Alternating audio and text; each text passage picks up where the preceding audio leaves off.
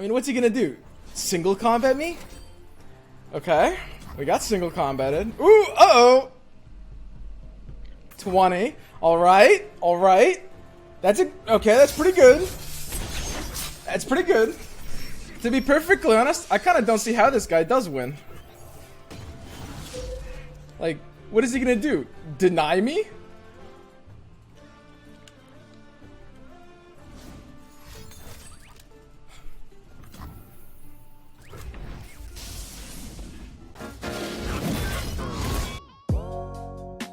Normally I'm in my head about thinking about the deck build and what directions I want to take the deck. And like I say in my deck building tips guides, literally rule number 1 is just have always in your head a list of like 10 to 15 cards you want to slot in, and every single spot basically look at each of those cards and ask yourself, is this good? Is this good? Is this good? Is this good? And that's what you do if you are focused on deck building. I'm not usually thinking about solely the game that I'm in, right? But right now, I mean, if we're like tryhard climbing or, you know, playing in a tournament, then I'm gonna be thinking solely about the game that I'm in. God, I might actually keep Whale in this matchup. It's not. It's like Nionia. It's not gonna be useful for a while. It's like they would need to have Heimer engines. It would be useful on like turn 7. That's a little too slow. Now you might say, well, Swim, what about tournaments? In tournaments I wrote for a different reason, because I'm being extremely thorough about, I'm double and triple checking every single thing they could have, every single play, etc. Whereas, you know, here, when we're just doing like a ladder climb, we kind of have the best of both worlds where I'm not really in my head about the deck build, that doesn't really matter. And on top of that, I'm not double and triple checking plays, which, you know, might have lost me that last game. I mean, maybe the Caretaker play wins us that game. Against Transfusion. Yeah, I mean, I guess I probably want to at least before Brood Awakening. She gets the extra buff. That being said, I put my Brood Awakening into deny range, and I think doing that is kind of a no-no. I should take the Brood Awakening while he's tapped out. In general, this is just kind of like what you do. What do you think of adding Chronicler? So Chronicler is a very interesting idea. I don't think there's enough targets for it to hit in this. I like the idea of one Chronicler, and I have actually tried Chronicler in this list. Last night, I was running one Chronicler in this list. I ended up taking it out. The specific reason for that is just because there's not enough targets. Now, the interesting thing about Chronicler is the reason I considered it might be a bit different from what you might think. So we don't have enough room for a Blighted Caretaker, huh? I mean, if we want to use it on Hapless. That's kind of the part of the problem with Blighted here. I think this is fine, though. Like, keeping Glimpse up is great.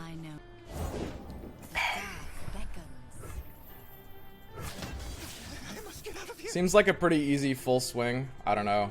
I don't want to play like overprotective of Elise. I think playing overprotective of Elise is kind of like not always, it's a rule of thumb, but it's like it's something that I see a lot of bad players do. And don't get me wrong, it's not like there aren't spots where you should do that, but as a rule of thumb, it's just like you kind of need to get value out of her. And if she's not attacking, she's not getting value, right? Okay. Yeah, I'm pretty happy with this. I don't really want to glimpse until he moves in with, like, you know, something like maybe a Static Shock. Who knows? I'm just not in a hurry to do this. Or maybe at least until I have Neverglade on the board.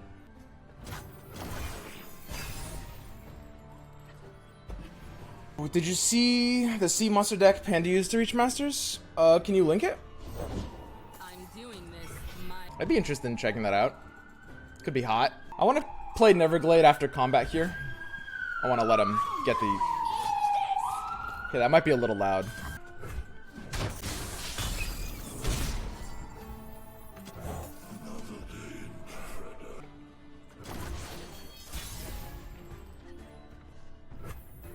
So here I think I will Caretaker.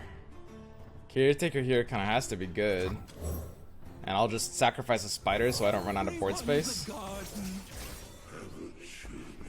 I mean, Caretaker post Neverglade Collector is a little insane. Like, he kind of has to double removal this Collector, like, right fucking now. He has to, like, double Mystic Shot this. And he will, but he doesn't have a choice. Like, he can't Thermo Beam this. He could do a 9-mana Thermo Beam. Like, he literally has to kill this right now, on this action. And he can, but it's gonna fucking cost him. So it's like, gotcha static, get excited static, double Mystic, Mystic get excited, Mystic gotcha, like, something's gotta go. Whoa!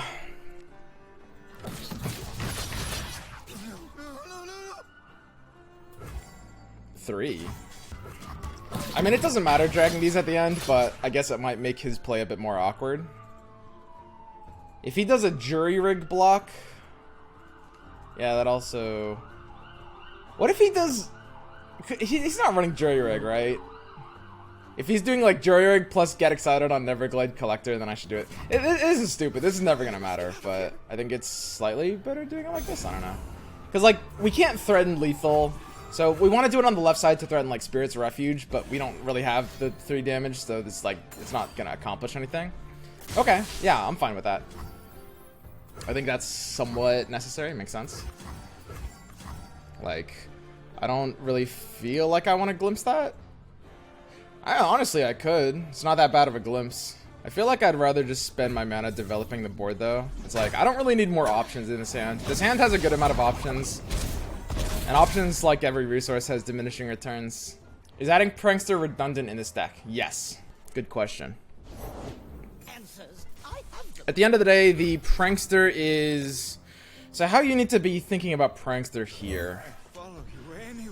First of all, Neverglade is here more for the lifesteal than the damage. Second of all, it's not as vulnerable to like kind of like simple removals, mostly stuff like Challenger or single combat. Like having a bit of attack is actually kind of nice.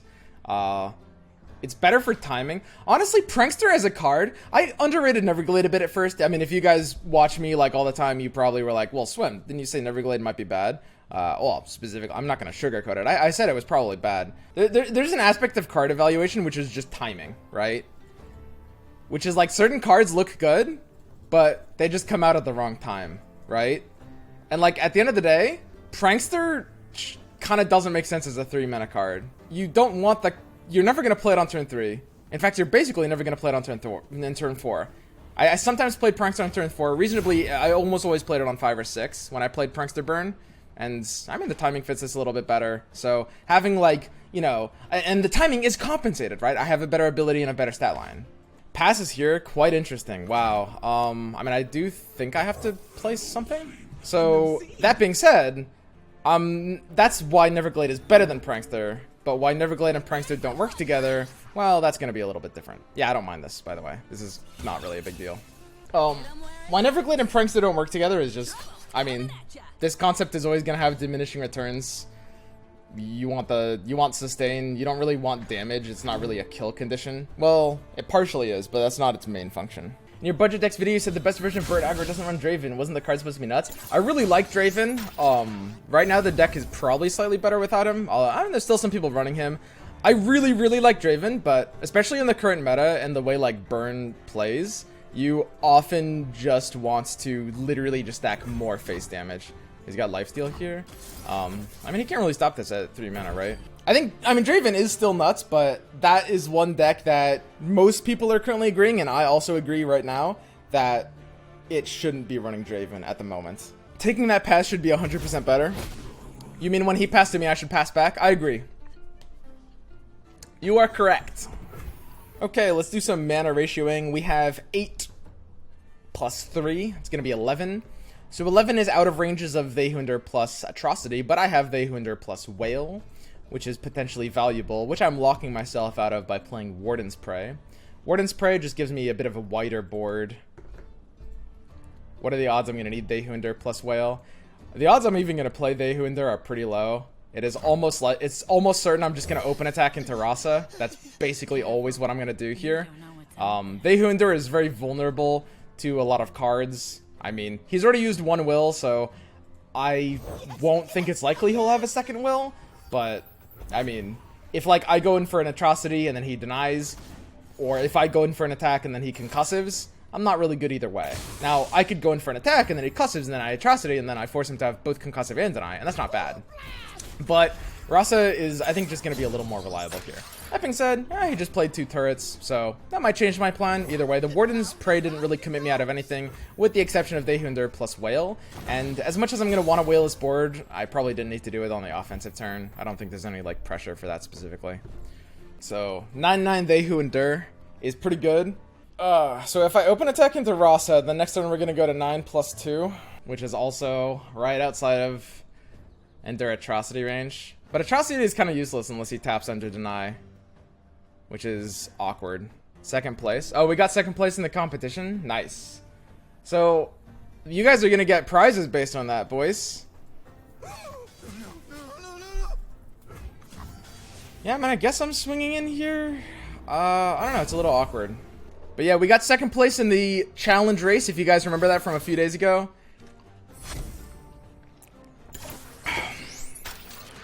He likely has pretty good blockers to this. I don't know. He could definitely, like, turn this around. We're in a surprisingly awkward situation here. Who got first? It was probably Britic, right? I mean, he was first before, I think. We get 7.5k gold coins, 15 sets of 500, and some gift subs. How many gift subs do we get for you guys? So if he sets his Heimer to 1, it might be hard for him to protect it against Rasa, which is kind of nice.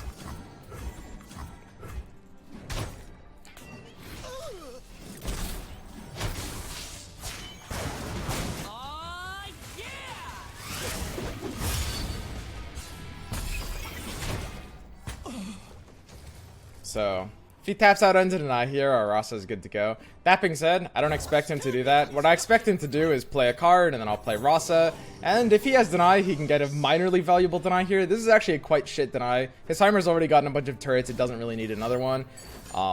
And if he denies here, it hurts his ability to maybe deny Atrocity. That was a fast deny. That was kind of like the snap deny that you might play if you had to. But either way, I don't think his second deny really changes my action. Like, in reality, I'm gonna play basically the same with that knowledge.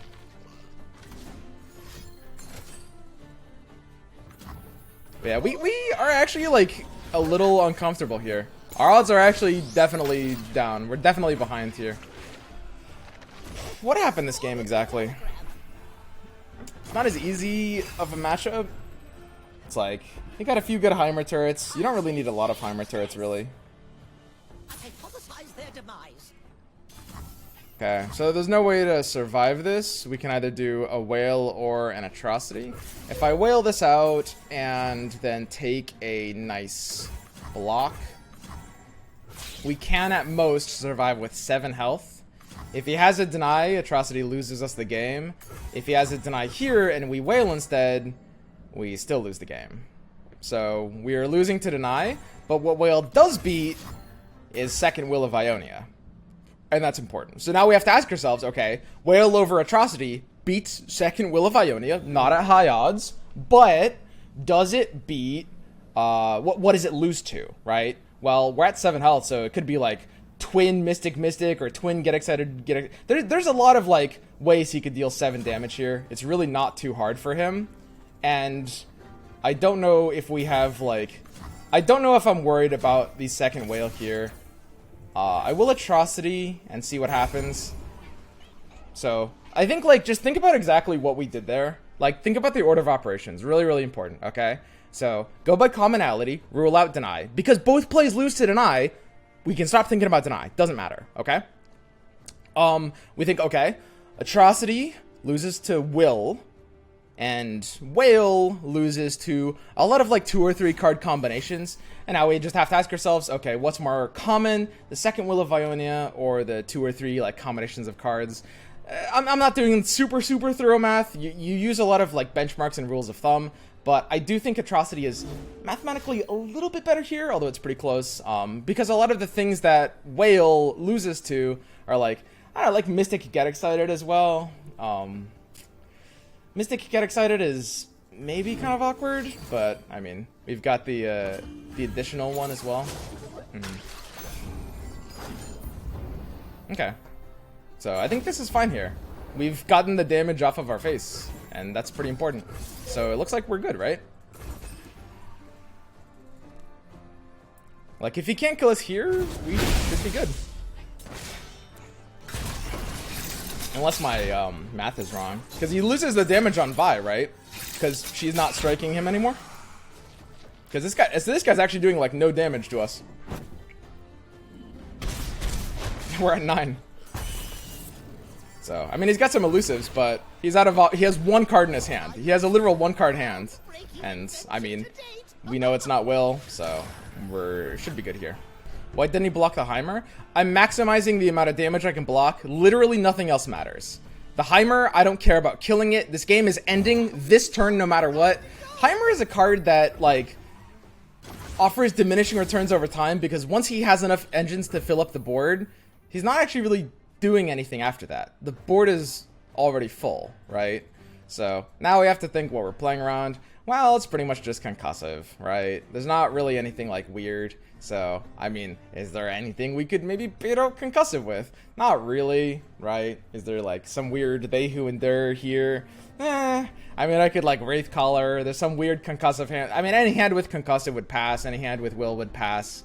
So, what am I accomplishing? It's like, he'd have to make like a really weird misplay. I don't think there's a reason to do anything weird here. Just play this out. Whereas, on the other hand, I don't know, if I top deck, let's say, something like, I don't know, Atrocity, like, he goes into Concussive, I top deck second Atrocity, then the fact that we have 13 mana banked instead of 0, or, sorry, instead of 10, means we can do Whale plus Atrocity. I don't know, it's like, there could be some things that matter. Okay? Drawing 2 spells actually gives him good odds. I think his odds for Will / Atrocity are actually above average there. And he passed back to me. Wow. I mean, I can Wanderer. Wanderer doesn't lose to any of the stuff. It's not really life-stealing anything, though, either. Ah, whatever. I mean, we're good or we're not here. There's kind of no action that matters. Okay.